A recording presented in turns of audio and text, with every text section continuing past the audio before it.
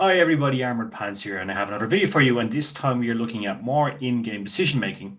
But I'm taking on board a few questions that you asked me via the channel, via Facebook Messenger, and on Discord as well. And that is most of the in-game decision making games that we've looked at have been focusing on the higher tiers, right? I think the lowest one I did was maybe tier 7. Most of them around 8, 9, 10. And you guys asked me, well, what about the decision making at the lower tiers? Particularly those of you asked me when you're grinding and coming up through the different tech trees, does decision making change? So I thought I would address that for you today. And we're going to have a look at some in-game decision making, medium tank decision making at tier 5. But for those of you who only play higher tiers, are more experienced, look, the decision making remains the same. The thought processes, what goes through your head, what you should be focusing on, what you should be thinking about, the key things you should be looking for in a map, all of that remains the same. And in actuality, what you do with the lower tiers and the experience you gain there will stand you in good stead when you get then to the higher tiers, right? So it is a progressive learning. So decision making at tier 5 should be the same as decision making at tier 10. But obviously, hopefully, it allows you to be a bit more adventurous, but also the gameplay should be a bit more forgiving. Now, I'm going to have a look at tier 5. Why? Because I believe that tier 5 to tier 6 is the most difficult transition in Blitz. And therefore, decision making there is probably even more important than it is later on. And the reason for that, and feel free to disagree and leave your comments in the comment section, but the reason I believe it's the most difficult is that you're moving up from a tier that doesn't have full provisions, etc. So your tanks are slower, they don't have the same maneuverability, they don't have the same rate of fire. And on top of that, you're moving up to tier 6 where you have much better players, because even players that play tier 10 a lot go down to tier 6 sometimes, particularly to play tanks like the SU-100Y, the SOI, for example, the Icebreaker and stuff like that, which was recently out, and of course the KV2.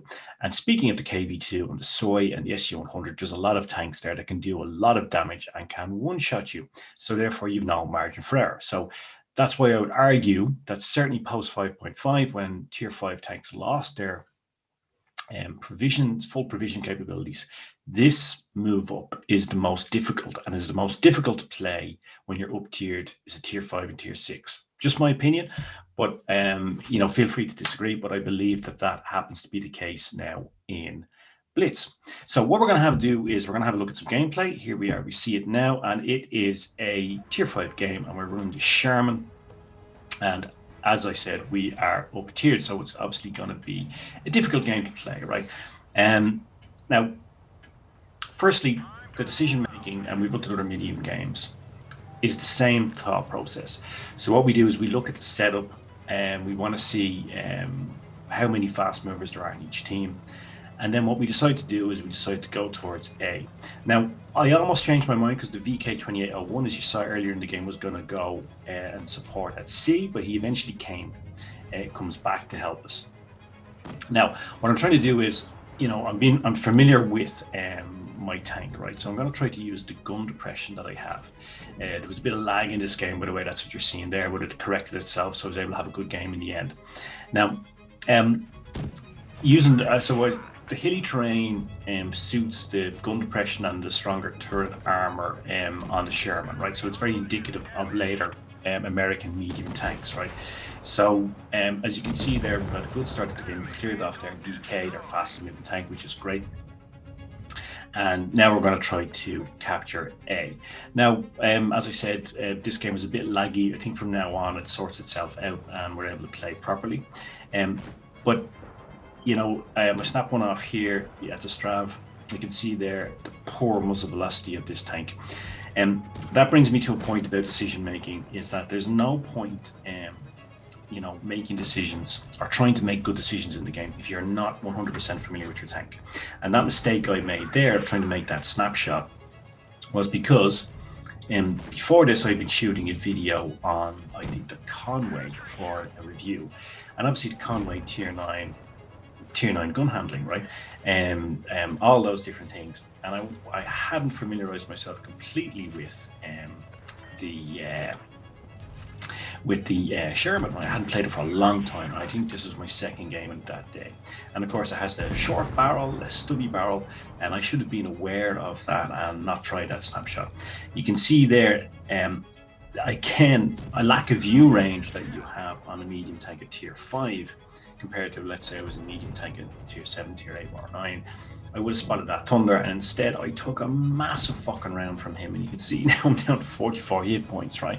So you're kind of thinking, well, Armored, is this really a good video for decision making? Well, yeah, because it covers both bad and good decisions, right? The bad decision was moving out and not knowing that there was possibly a tank there. And again, it goes back to what I said earlier about not being 100% familiar with my tank. I had forgotten that my view range down at tier 5 is not like my view range up at tier 9 and tier 10.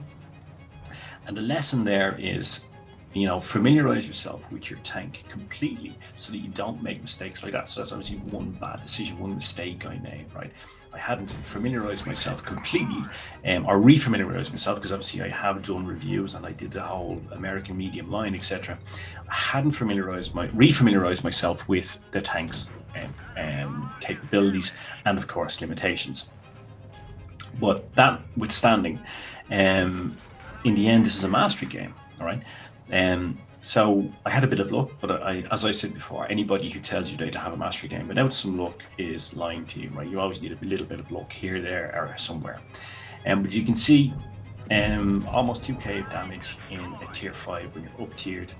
And I also got, I think, a high caliber as well, which is, you know, when you're at tier 5, when you're doing such low damage, you know, you're doing 150, 170 damage. And that's pretty good. So, you know, the decision-making process at the lower tiers is the same.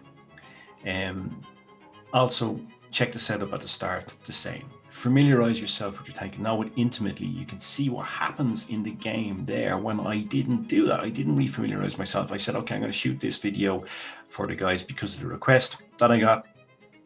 Forgot to refamiliarize myself with the muzzle velocity, the gun handling, and the view range of the tank. And you saw what happened there. Massive Frodo round right up the ass, and it almost ended my game.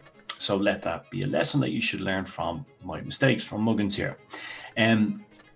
But other than that, the decisions that you make, checking the setup, deciding whether to go with the fast movers or go to heavy channel. We went with a fast moving channel in this. This is key. And then, of course, it's about utilizing the strengths of your tank. So in this case, using the hilly terrain to try to utilize the peekaboo functionality of the Sherman, and then being able to put a lot of damage and eventually clear off the Thunder. So guys, just I hope what you found a useful video about decision making at the lower tiers and how you utilize that to move up through the tiers and how you carry those skills forward. And I hope that this helps you guys on your journey up through the tiers, because it's tough, but it is, of course, fun, which is why we play and why we love Blitz. Okay, guys, so now I guess all remains for me to say is, as always, pants off.